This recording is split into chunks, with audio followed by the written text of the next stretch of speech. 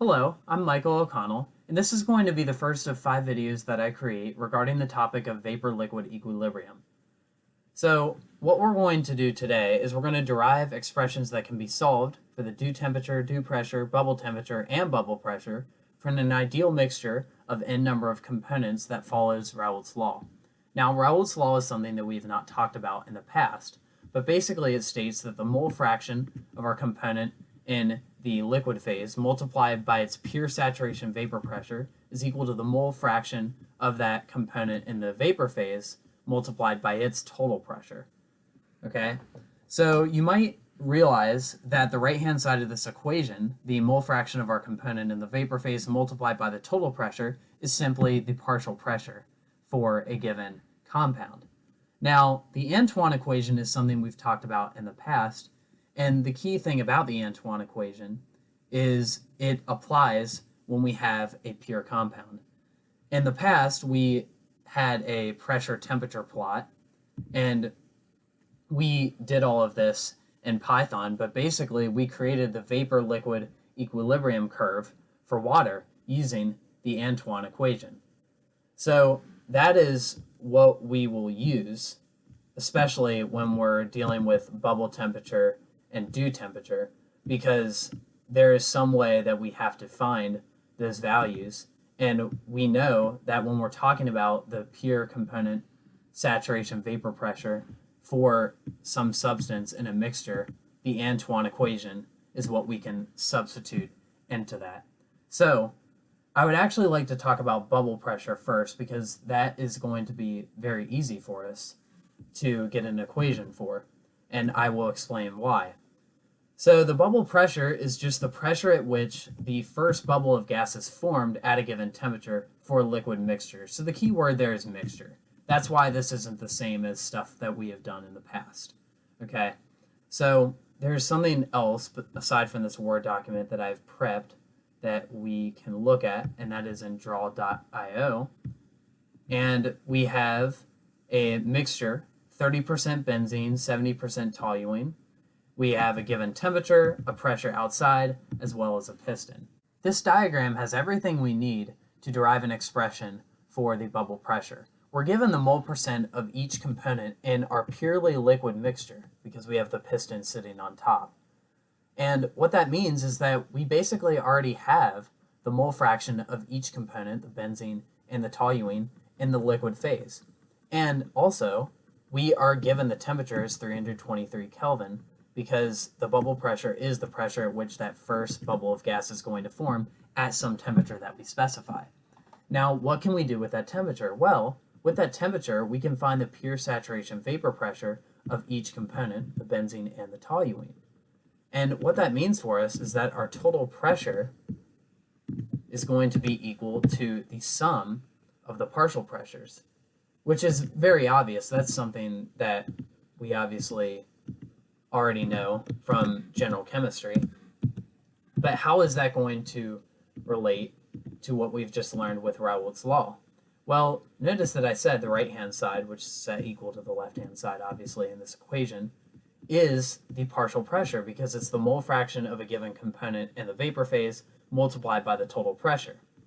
So for us, we're going to use the left-hand side in this sum with our expression for the bubble pressure, and that's because this has the stuff we know or the stuff that we can find. In this case, x sub I, the mole fraction of each component in the liquid phase, that's something we basically know from the mole percent of each component. And then the pure saturation vapor pressure of each component can be found because we know the temperature. So this is our expression for the bubble pressure equation. I want to quickly talk about bubble pressure in a practical sense. We could actually figure out the bubble pressure for our mixture, but in our situation, we have the temperature set to 50 degrees Celsius, which is below the boiling point of benzene, which is the more volatile of these two compounds. So we're certainly not going to be seeing any vapor bubbles in here. But if we make it so that the pressure inside our vessel is equal to the pressure outside the vessel, then we would obviously form that first vapor bubble, right? So we could do that by relieving some stress here, pulling up our piston, decreasing the pressure that's being exerted on our liquid.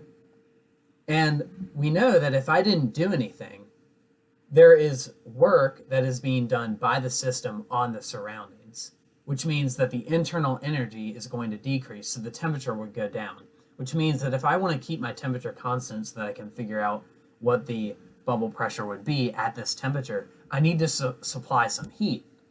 But basically, we would do that until the pressure in this vessel is equal to the pressure outside of the vessel, and then we would form the first vapor bubble, which would be some different composition. It certainly would not be 30% benzene, 70% toluene, okay?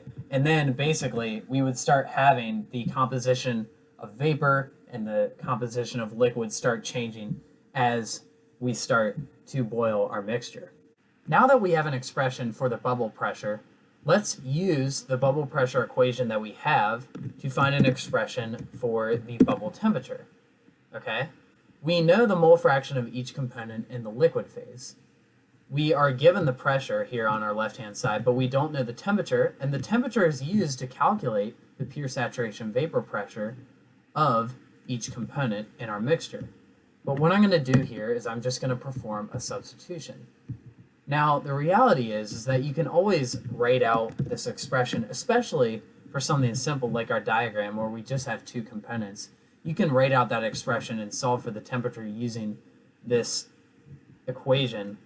It's just going to be rather algebraically rigorous, in my opinion, and something that would be able to be solved with Python code much more quickly.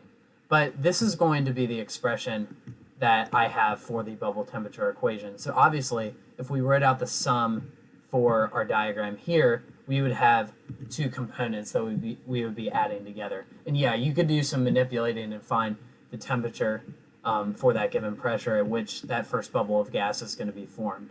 So now let's talk about the dew pressure and the dew temperature. The dew pressure is the pressure at which the first drop of liquid forms from our mixture of gases at a given temperature. And then I want to draw your attention to the diagram once again that we've used before. Now, this time I have the temperature set higher than the boiling point of the less volatile component, which would be the toluene in this case, such that we have a mixture of gases in our vessel. Now, to form the first liquid drop, I'm going to push down on our piston until that occurs. Obviously, we want to do this compression isothermally, and I'm doing work on the system, which means that we need to cool this thing as we compress the gas inside to form our first liquid drop.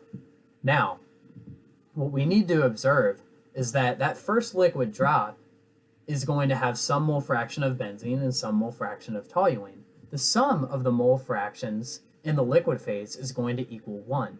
This is a very obvious statement, but it actually is seriously important for deriving a useful expression for the dew pressure. So that is what I want to type up in our document. Let's use Raoult's law to derive an expression for the dew pressure. So because I said the sum of the mole fractions in the liquid phase are going to be equal to 1 when we form our first liquid drop, we should solve Raoult's law for the mole fraction in the liquid phase. And then what we can do is, because we have x sub I, this is for some number of components in a mixture, we can write each side, the left-hand side and the right-hand side, as a sum. Okay, and that's actually exactly what I'm going to do, which makes a lot of sense because, as you can see, the sum of the mole fractions here in the liquid phase is going to be equal to 1. Okay, so we can do that, and then we can do the same thing over here. The next thing we have to ask ourselves is, what do we actually know here? What do we know?